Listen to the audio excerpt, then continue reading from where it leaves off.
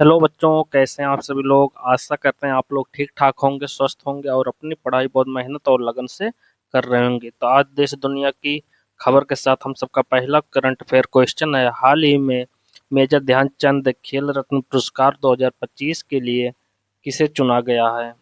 तो 2025 के लिए किसे चुना गया? ऑप्शन है number A Neeraj Chopra, B Bhanu Bhaskar है, सी है पीवी सिंधु और डी है किसी को नहीं।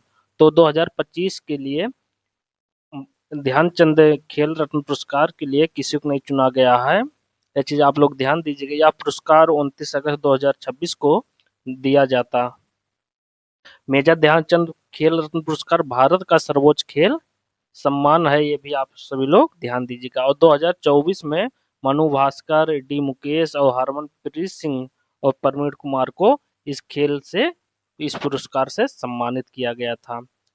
और पूर्व न्यायाधीश अरुण कुमार मिश्र जी इस सिलेक्शन कमेटी के हेड बनाए गए हैं, ये भी आप लोग ध्यान दीजिएगा कि मेजर ध्यानचंद खेल रत्न पुरस्कार 2025 के लिए किसी को नहीं चुना गया है। और इसे कमेटी के मुख्य कौन है? तो पूर्व न्यायाधीश अरुण कुमार मिश्रा जी इसके सिलेक्शन कमेटी के हेड हैं, अध्यक्ष हैं, ये भी आप सभी लोग ध्यान दीजिएगा। यह पुरस्कार है हर साल 29 अगस्त को दिया जाता है। अब आते हैं हम सब दूसरे क्वेश्चन पे। हाल ही में भारत में पीएमआईएस इंडस्ट्री अवार्ड 2026 के तहत ओवरऑल चैंपियन का खिताब किसको मिला है? कि पीएमआईएस जो इंडस्ट्री अवार्ड 2026 मिलता है वो इस बार किसको मिला है, जो कि सारे कंपनियों के ऊपर ओवरऑल चैंपियन बना है? तो Mahindra and Mahindra limited company को यह अवार्ड से सम्मानित किया गया है। और यह अवार्ड कॉर्पोरेट मामले का मंत्रालय द्वारा दिया जाता है। यह अवार्ड इस बार यह अवार्ड नई दिल्ली में प्रदान किया गया है, ये चीज आप लोग ध्यान दीजिएगा। जो भी क्वेश्चन आते हैं आप सभी लोग रिपीट कीजिएगा, रिवीजन कीजिएगा। आने वाले परीक्षाओं में पूछे जाने वाले ये सभी लोग प्रश्न हैं, तो इसलिए आप सभी लोग बहुत मेहनत से और लगन से अपनी रिवीजन करते रहिएगा। अब आते हैं नेक्स्ट क्वेश्चन पे, क्वेश्चन नंबर 3 पे। हाल ही में बांग्लादेश के राष्ट्रपति कौन बने हैं? तो बांग्लादेश के जो राष्ट्रपति बने हैं वो बने हैं मिर्जा फखरुल इस्लाम आलमगीर जी। वहाँ के बांग्लादेश के नए राष्ट्रपति चुने गए हैं, ये चीज आप लोग ध्यान दीजिएगा। ये 23वें क्रम के राष्ट्रपति बने हैं। इन्होंने इलेक्शन में अली अहमद जी को हरा कर राष्ट्रपति बने हैं। और एक चीज और है बच्चों, बांग्लादेश के जो संसद का नाम है वो जातीय संसद है। ये चीज याद रखिए कि बांग्लादेश के संसद का क्या नाम है? तो जातीय संसद वहाँ का संसद के नाम है। और वहाँ के राष्ट्रपति जो बने हैं इस बार वो बने मिर्जा फखरुल इस्लाम आलमगीर जी बने हैं बांग्लादेश के नए राष्ट्रपति। अब आते हैं नेक्स्ट क्वेश्चन पे। उसके बाद आते हैं हाल ही में किस देश ने अपना सर्वोच्च नागरिक सम्मान निशान ए इम्तियाज से भारत के 2 पारसी डॉक्टरों को सम्मानित करने की घोषणा की है? तो किस देश ने अपना सर्वोच्च नागरिक सम्मान देने के लिए भारत के 2 पारसी डॉक्टरों को सम्मानित करने की घोषणा की है? तो पाकिस्तान ने की है। पाकिस्तान ने अपना सर्वोच्च नागरिक सम्मान निशान ए इम्तियाज से सम्मानित करने के लिए भारत के 2 डॉक्टरों को यह सम्मान देगा। तो ये कब की बात है?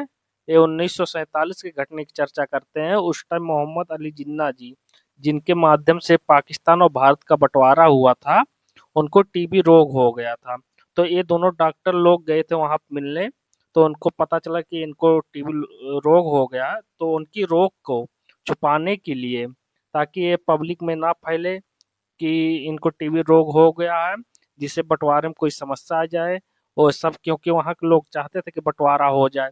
अगर ये दोनों डॉक्टरों ने यह खुलासा कर दिया होता कि इनको टीबी रोग हो गया है, तो हो सकता है कि भारत और पाकिस्तान का बंटवारा ना होता।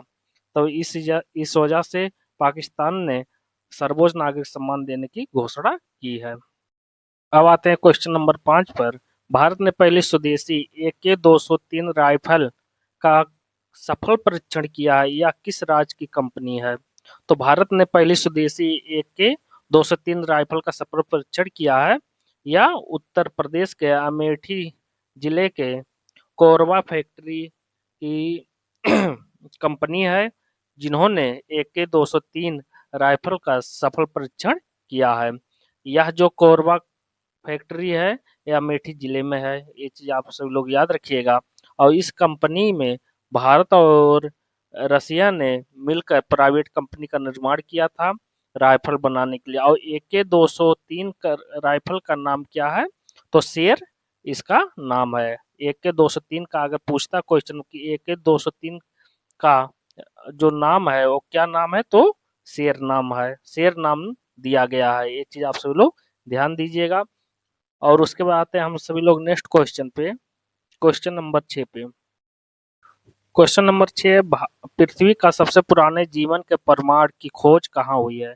तो पृथ्वी का सबसे पुराना जीवन का प्रमाण की जो खोज हुई है वो भारत में हुई है। ये चीज आप सब लोग याद रखिएगा। अगर करंट अफेयर में पूछता पेपर में कि पृथ्वी का सबसे पुराने जीवन का प्रमाण की खोज कहाँ पर हुई, तो भारत में हुई है। और इस खोज में यूरेनियम डेटिंग पद्धति का प्रयोग किया गया है। अगर पूछा जाता है जैसे कार्बन के माध्यम से इस डेटिंग का पता नहीं लगाया गया है, इसमें पता लगाया गया है यूरेनियम डेटिंग पद्धति का प्रयोग किया गया है। यह खोज जो हुआ है झारखंड में हुआ है। झारखंड में सिंहभूम पर एक स्थान है सिंहभूम, वहां पर पत्थरों के बीच में इसकी खोज हुई, चट्टान पे हुई है। और यह लगभग 3.5 अरब वर्ष पुराना प्रमाण प्राप्त हुआ है। ये चीज आप सभी लोग ध्यान दीजिएगा। जैसे हमारे पृथ्वी का जो निर्माण हुआ है 4.5 अरब वर्ष कम हो गया है, तो ये जो प्रमाण मिला है ये कितना है? 3.5 अरब वर्ष पुराना प्रमाण मिला है। यह प्रमाण जो है अब तक का सबसे पुराना जैविक निशान प्रमाण के रूप में जाना जाएगा। हाल ही में विद्यार्थी सहाय हस्त योजना की घोषणा किसने की है?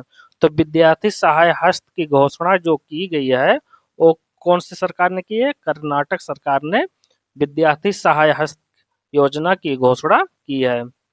यह ग्रामीण छात्रों के लिए यह योजना है, ये भी आप सब लोग ध्यान दीजिएगा। इस योजना को कर्नाटक के उप मुख्यमंत्री डी शिवकुमार जी ने मुख्यमंत्री डी शिवकुमार जी ने यह योजना शुरू की है। ये चीज आप सभी लोग ध्यान दीजिएगा।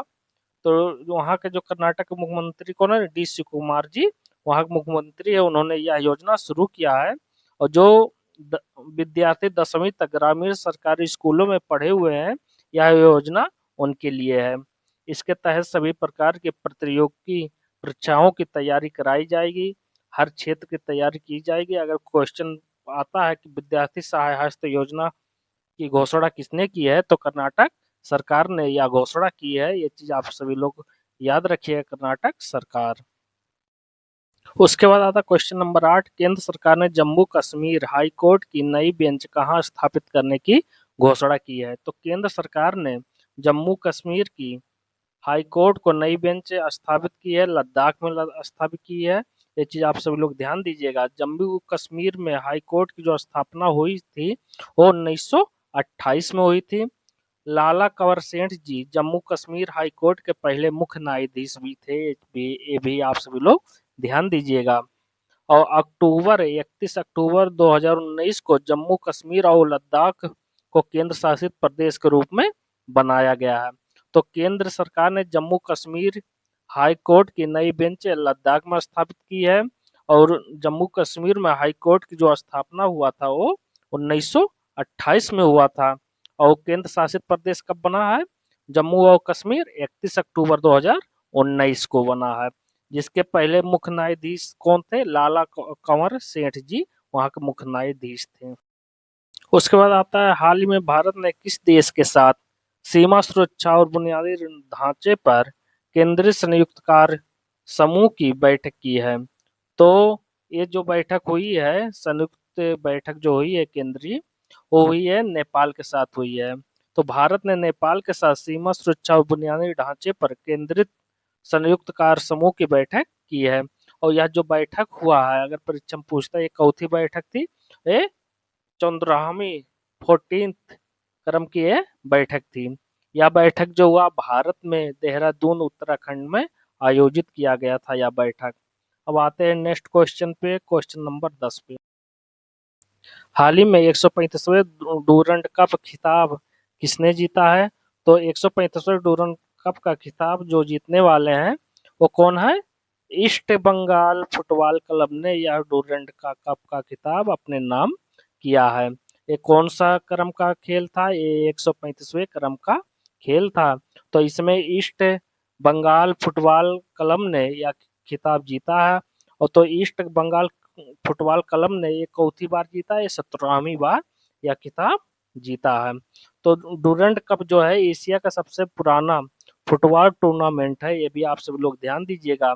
और इसका आयोजन सर्वप्रथम 1888 में शिमला में हुआ था, ये भी आप सब लोग ध्यान दीजिएगा। फाइनल मैच जो हुआ कोलकाता में साल्ट लेक स्टेडियम में इसका फाइनल मैच हुआ है, जिसमें उप विजेता जो हुआ मोहन बागान फुटबॉल क्लब रहा है इसका उपविजेता।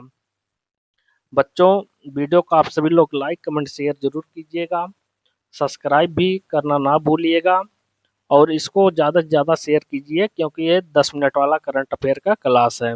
आपके एक लाइक, एक कमेंट, एक शेयर और एक सब्सक्राइब से हमें जो मोटिवेशन, जो आशीर्वाद मिलेगा, उससे हमें और अत्यधिक प्रेरणा मिलेगी, जिससे हमको एक उत्साह होगा अधिक से अधिक मेहनत करने का, अच्छे से अच्छे नॉलेज आप सभी को देने का।